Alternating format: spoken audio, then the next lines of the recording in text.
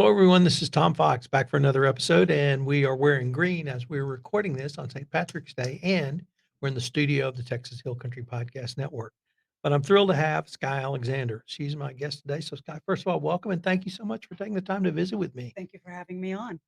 So, you are a very prolific author, but I became aware of you when you started your most recent mystery series. So, can you start there? Sure. My mystery series is set in the 1920s, 1925 through 1927, and my characters are jazz musicians. As we were talking earlier, that was a really important time for jazz, particularly in New York, Chicago, and New Orleans. And I thought it would be fun to write about it. I'm now working on the sixth, and the one you read, I think, is the first one. Yeah. Okay. It's a wonderful escape from what's going on in the world today. I can go back 100 years and fantasize about all of these things. And writing fiction allows you to play God or goddess. You can make anything happen. You can, if you don't like somebody, you can kill them off. It's a really fun way to make a living. I'm very So, I think it's fair to say lots of books have atmosphere. Many of us read a book or a specific author for atmosphere, but you had, in my mind, an incredibly unique atmosphere. And the best way I can describe it is I don't want to say class conflict, but you were able to emphasize as opposed to race or other issue in America in a way that, frankly, I hadn't seen done in a mystery.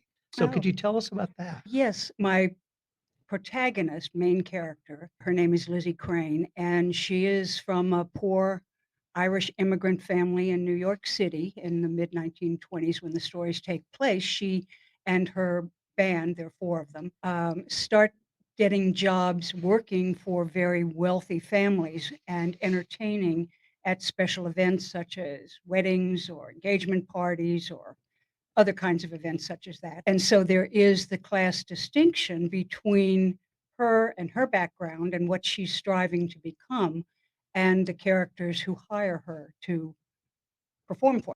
So that's a fairly well-known trope in the English Yes, novels, yes, Upstairs, Downstairs, correct. or Downton Abbey, Downton Abbey, right. any of those, and my wife is English, so we get to watch a lot of those, but we really don't see that too much in America. When there's usually a book about class, it's usually about really more about politics or radicalism or like that. But this really demonstrated a distinct economic difference in the way the homeowners and the hirers, if I can use that Correct. phrase, really treated and thought about the hired help. Right.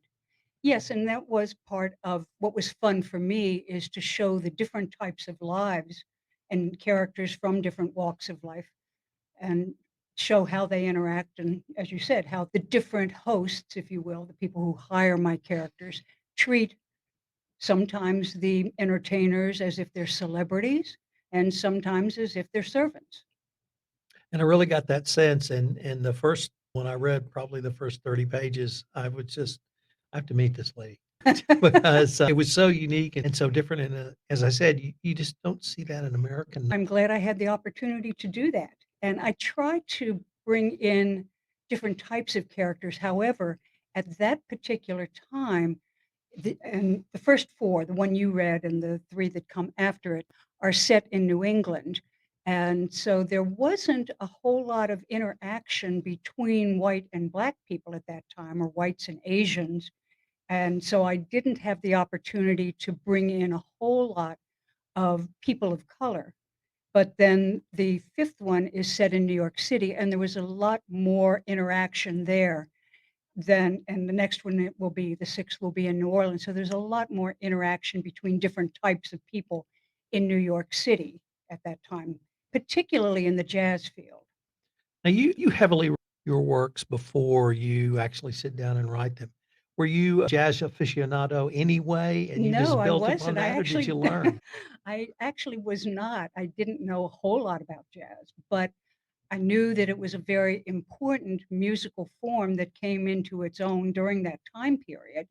And the fact that I had characters who were jazz musicians gave them the opportunity to go to different places to perform rather than being stuck in one little town all the time and having to keep interacting with the same people. I started watching a lot of YouTubes and then going back and listening to the music of the various performers who were famous or who were up and coming at the time, and it turned out to be a lot of Was it people like Louis Armstrong, sure, Big Mama Thornton, and yeah, that type? all those people, yeah, and also the other people who also wrote show tunes, like the Gershwins were really popular at that time. So, yeah, I got to just sit there for hours and listen to music.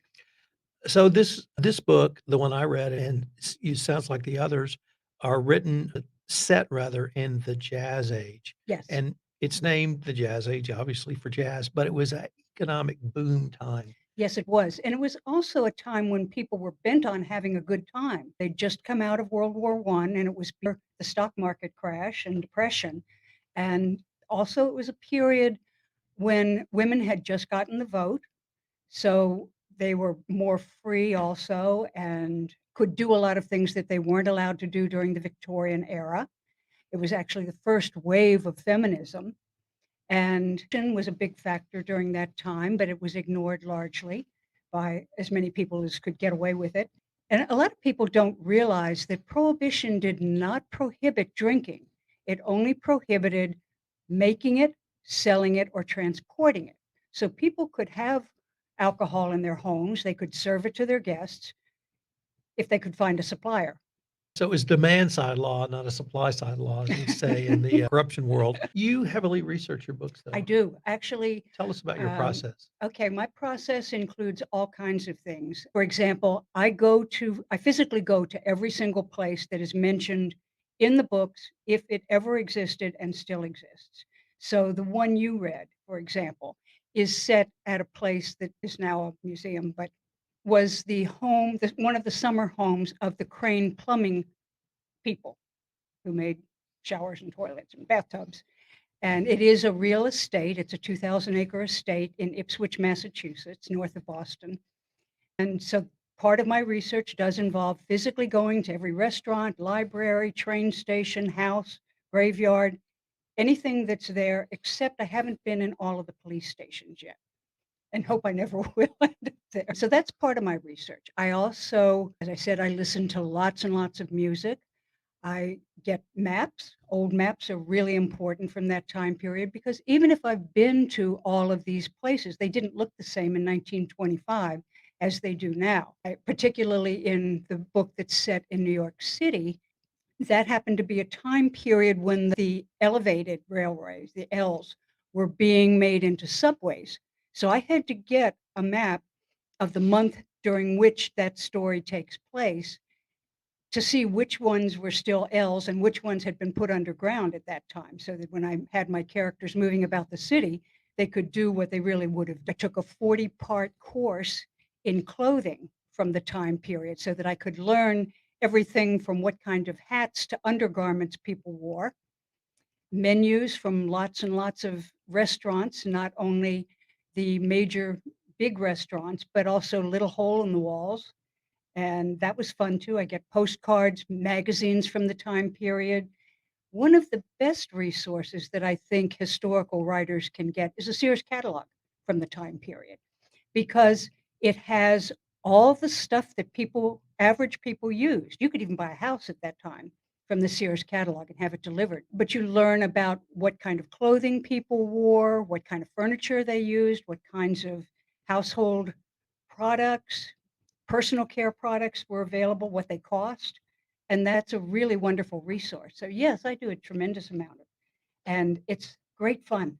When I was very young, I lived with my grandparents, and my grandmother was born in 1905, and she told me that growing up, she actually grew up on an Indian reservation. One of the biggest events was when they got their Sears catalog, Yes, and she kept that just joy all the way to the '60s when I was living with her. It was a big deal to get a Sears catalog that's and the true. Christmas catalog. That's true. Yeah, and it's interesting for me, at least, to see what kinds of things people used in their everyday lives. I didn't like history when I was in high school or college. And mostly it was because it seemed to emphasize wars and politicians and things not about the average person. I wanted to know more about what did everyday people do in those times. Well, let's turn to your writing style. Okay. Are you a morning writer? Are you an afternoon writer, a night writer? How did you just sit down and write through it, or how does it work for you? Okay, I don't do anything much in the morning because I'm not a morning person, and I ease very slowly into the day. I'll read, but that's about it. I usually write in the afternoons and wake up sometimes at 3 in the morning, and I've got an idea, and I'll go and write then. But I am not I should say I'm a very serious, dedicated writer because I've had nearly 50 books published now and thousands of newspaper and magazine articles, so I am committed to it. But I don't write every day, and I don't necessarily feel guilty if I don't write every day. I haven't written in a couple days now because I've been doing promotion, like coming to visit you and talk with you on your show. But my writing process is because I've been doing it for so long, I guess I should say this. I write when I feel like it. And as Faulkner said, he felt like it almost every day. So I might I wrote one sentence yesterday. And some days if it's flowing and the muse is talking to me and I'm just the designated typist, I might write for 5 or 6 hours. So let me pick up on that because I've always wondered, do you just get what the muse says? Do A the lot of char times do the characters actually tell you what they're yes, gonna do? the characters tell me what they're going to do. They tell me what their names are. They tell me everything. Yeah, I just listen, and I'll go back and I'll organize things. For example, if I find that a particular type of poison was used at this time and that only or that it was also used as a fixative for paintings, that will give me an idea that I'm going to have that somewhere in my book. But yes, it's when the muse is talking to you and all you're doing is listening, or when the characters are talking, you don't interrupt, you just write. You mentioned you've written, I think, over 50 books. I've had almost 50 published. I have 2 more coming out this summer, and then I'll be over the 50 mark. But I have written probably about 4 that okay, I have the last 3 in my mystery series have not yet been published. They will be, but they're scheduled to come out 1 per summer. And I have a couple books that I have not been able to sell yet that are still unpublished. When did you start writing professionally? When I was 15, And what did you start writing for? I wrote a column for my weekly newspaper And where was that? outside Nashville, Tennessee. Did you grow up in Nashville? No, but I did spend a number of years there when I was a kid, yeah. Where'd you go to college? University of North Carolina's Western Branch. And how did you get to the Hill Country? When my partner retired after 9/11, he was an air traffic controller and involved in 9/11 very seriously. We decided we wanted to leave Massachusetts and go someplace where it was warm. We got tired of shoveling snow. So he retired and we just got in the car and we drove until we found a place we liked. And we really liked the people here. We thought it was the prettiest part of Texas, although that may not be true for people who grow up on the eastern part or in the far west. But we really liked it here, and we thought the people were the friendliest that we'd ever met. So we just pulled up stakes and moved here. And do you live in Kerrville? Yes, I do. And what are some of the events that you enjoy here in town? For instance, a folk festival, symphony theater, or anything in between? I do go to those sometimes. I have not been to every single one, and I do go periodically. I don't have a really active social life. You know, I don't have a husband, I don't have kids, I don't have a lot of the activities that other people do.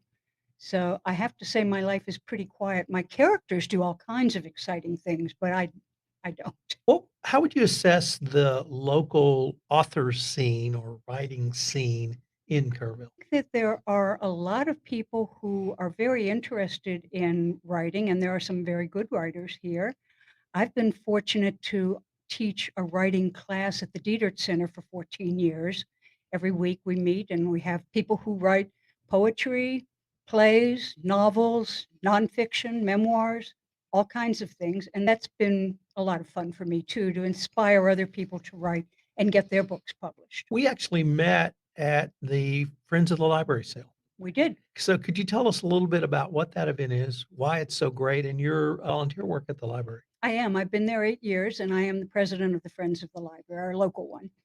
And it has been here in Kerrville since 1953. April 1st will be our 70th anniversary. The Friends of the Library is a nonprofit organization. It's separate from the library, and it's an international organization that raises money to assist the library with their various programs and activities.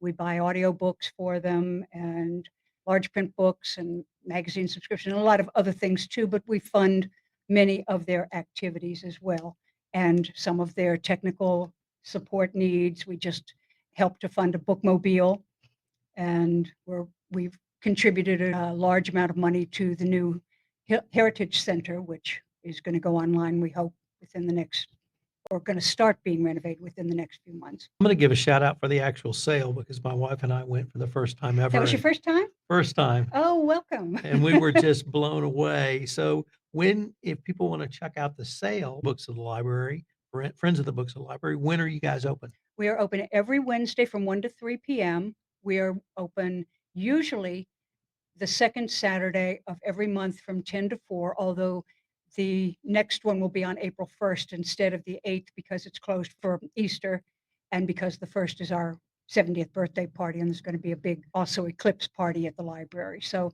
we would love to have people come. The books, we have about 30,000 books, all in good condition, all different types of subjects, hardcovers and paperbacks. We also have DVDs. We have some collectible and autographed books. We have music CDs, all kinds of things. I'm gonna give a shout out for the pricing. Oh, they're really cheap. Let me tell you how cheap. $2.50 for a hardback, 50 cents to $1.50 for paperbacks.